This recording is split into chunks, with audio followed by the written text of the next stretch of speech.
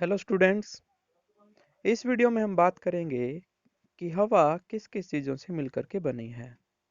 What is air made up of, यानी हवा के कंपोनेंट्स क्या है और क्या क्या उसे बनाता है। अंटिल द 18th सेंचुरी, 18वीं सदी तक, people thought that air was just one substance. सभी ये समझते थे कि हवा सिर्फ एक सब्सटेंस है। Experiment have proven that it is really not so. लेकिन एक्सपेरिमेंट्स हमें बताते हैं कि ऐसा नहीं है। Air is a mixture of many gases. हवा बहुत सारी गैसों का एक मिश्रण है। What kind of a mixer is it, यह किस तरह का मिक्सचर है। Let us find out about some of major component of this mixture one by one. अब धीरे धीरे चलिए समझते हैं कि यह किन किन चीज़ों से मिलकर के बना है। सबसे पहला कंपोनेंट है वाटर वेपर। सबसे पहली चीज जो हम हवा में नोटिस कर सकते हैं वो होती है water vapour. We have learned earlier that air contains water vapour. हमने पहले भी पढ़ा है कि हवा में वाटर वेपर प्रेजेंट रहते हैं, यानी कि भाप के कण। वी आल्सो सा that when air comes in contact with A cool surface. और हमने यह भी नोटिस किया है कि जब कोई हवा किसी कूल सरफेस के कॉन्टैक्ट में आती है, it contain it condenses and drop of water appear on the cooled surface. तो हमने देखा है कि उस सरफेस के चारों तरफ छोटी छोटी ड्रॉप्स बन जाती है वाटर की। The presence of water vapours in air is important for the water cycle in nature. और ये छोटी छोटी ड्रॉपलेट जो बनती है वाटर वेपर की, वो बहुत इंपॉर्टेंट होती है हमारे एटमॉस्फेयर के लिए और वाटर साइकिल के लिए। ऑक्सीजन। अब हम अगली एक्टिविटी से समझते हैं कि एक और कंपोनेंट होता है जिसे हम बोलते हैं oxygen. In the presence of your teacher fix two small candle of same length as shown in diagram. आपने दो कैंडल्स लेनी है जलती हुई और दोनों की हाइट क्या होनी चाहिए, सेम होनी चाहिए। एक ग्लास लेना है आपने और उस ग्लास को आपने दोनों में से किसी एक के ऊपर रख देना है। तो जैसे ही आप उसको रखोगे, जिसके ऊपर आपने रखा है वो कैंडल क्या हो चुकी है, बुझ चुकी है।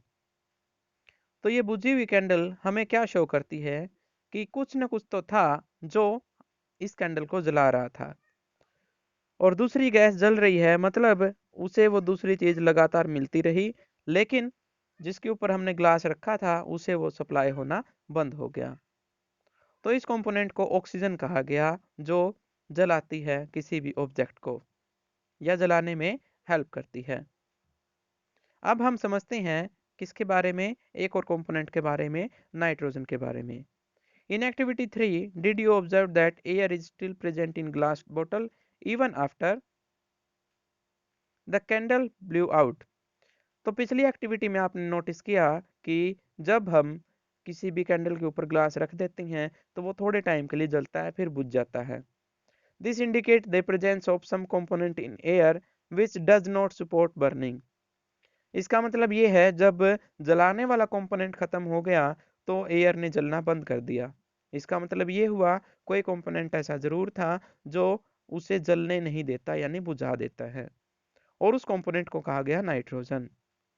तो हवा में नाइट्रोजन भी प्रेजेंट रहती है और सबसे ज्यादा हवा में प्रेजेंस इसी की होती है, और ये 78% के आसपास पाई जाती है। अगले कंपोनेंट की हम बात करते हैं और वो कंपोनेंट है carbon dioxide. In a closed room, if there is some material that is burning. अगर किसी बंद कमरे में कोई कंपोनेंट ऐसा है जो जल रहा है, you may have field suffocation, तो आपको थोड़ी सी घुटन महसूस होना शुरू हो जाती है। This is due to excess of carbon dioxide. यह कार्बन डाइऑक्साइड की प्रेजेंस की वजह से ऐसा होता है। That may be accumulating in room, जो लगातार रूम में इकट्ठा हो रही है, किस वजह से, उस चीज के जलने की वजह से। एज द बर्निंग कंटिन्यूज, जैसे जैसे जलना शुरू रहता है, carbon dioxide make up A small component of air around us. तो कार्बन डाइऑक्साइड जो है अपने चारों तरफ फैला देती है अपने आप को। Plants and animal consume oxygen for respiration. पौधे और जो एनिमल्स होते हैं वो ऑक्सीजन को लेते हैं और कार्बन डाइऑक्साइड को प्रोड्यूस करते हैं। एनिमल्स और जो ह्यूमन बींग्स होते हैं वो ऑक्सीजन को लेते हैं और CO2 को प्रोड्यूस करते हैं, लेकिन प्लांट्स जो होते हैं CO2 को लेते हैं और ऑक्सीजन को प्रोड्यूस करते हैं। It is advisable not to burn dry leaf and discarded remains of crop which pollute our surrounding। इसलिए बार बार यह चेतावनी दी जाती है कि सूखे हुए पत्तों को या फिर अपने आसपास पड़ी चीजों को ना जलाएं, क्योंकि उससे हमारा एनवायरनमेंट क्या हो जाता है, खराब हो जाता है, पोल्यूटेड हो जाता है। Dust and smoke, burning of fuel also produce smoke. Fuel जो होते हैं उनका जलना भी क्या करता है, धुआं पैदा करता है। Smoke contains few gases and fine dust particles is often harmful। जलता हुआ जो स्मोक होता है, मतलब धुआं जो होता है, उसमें बहुत सारी गैसेज होती हैं, हार्मफुल होती है जो, एंड डस्ट पार्टिकल उसके अंदर होते हैं। That is why you see long chimney in factories. इसीलिए आपने बड़ी बड़ी चिमनियों को फैक्ट्रियों में देखा होगा। This takes the harmful smoke and gases away from our noses. इसीलिए आपने नोटिस किया होगा, harmful smoke and gases away from our gases, our noses, ताकि वो हमारे नाक तक जो है धुआं ना आए। But bring it closer to bird flying up in the sky. यानी यहाँ पर ये कहता है कि चिमनियाँ बड़ी होने की वजह से हमारी सेफ्टी तो हो जाती है, लेकिन पक्षियों की सेफ्टी नहीं हो पाती, क्योंकि जिस जगह पर हमने चिमनी को फिट किया है वो पक्षियों के उड़ने की जगह है। अब डस्ट पार्टिकल के बारे में बात करते हैं, और एक एक्टिविटी आपने बहुत बार देखी होगी। जब किसी अंधेरे कमरे में जिसमें धूल पड़ी हो, मिट्टी हो, आप जैसे ही कोई होल देखते हो तो उसमें से लाइट आती है, और लाइट का रास्ता क्या हो जाता है, विजिबल हो जाता है, यानी हम उसे देख पाते हैं। तो इसका मतलब ये क्या है यहाँ पे, इसका मतलब यहाँ पर धूल मिट्टी है जिसकी वजह से हवा हमें दिख जाती है। ये आपने बहुत बार देखा भी होगा, हवा में छोटे छोटे पार्टिकल्स तैरते रहते हैं और उन पार्टिकल्स को ही डस्ट कहा जाता है।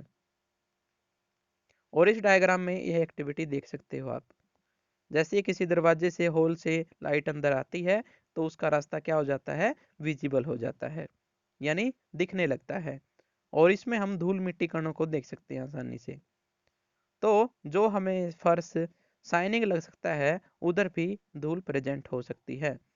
और ये एक और इम्पोर्टेंट फैक्टर है जो प्रेजेंट रहता है कहाँ पे, हमारे एयर में। ऐसे ही धूल से बचने के लिए ये पुलिस वाले ने अपने नाक पे क्या डाल रखा है, एक मास्क डाल रखा है, ताकि धूल मिट्टी उसकी नाक में एंटर ना करें। तो बहुत सारी चीजें हैं जो हवा में प्रेजेंट है, हमने उनको एक एक करके पढ़ा, और ये उनकी परसेंटेज है। जैसे आप देख सकते हो, नाइट्रोजन बहुत ज़्यादा अमाउंट में प्रेजेंट है, 78%। टोटल एयर का 78% नाइट्रोजन होता है, 21% ऑक्सीजन होता है, और जो बचा हुआ हिस्सा रह गया 100 में से, वो उसमें आ जाते हैं carbon dioxide, water vapour and other gases.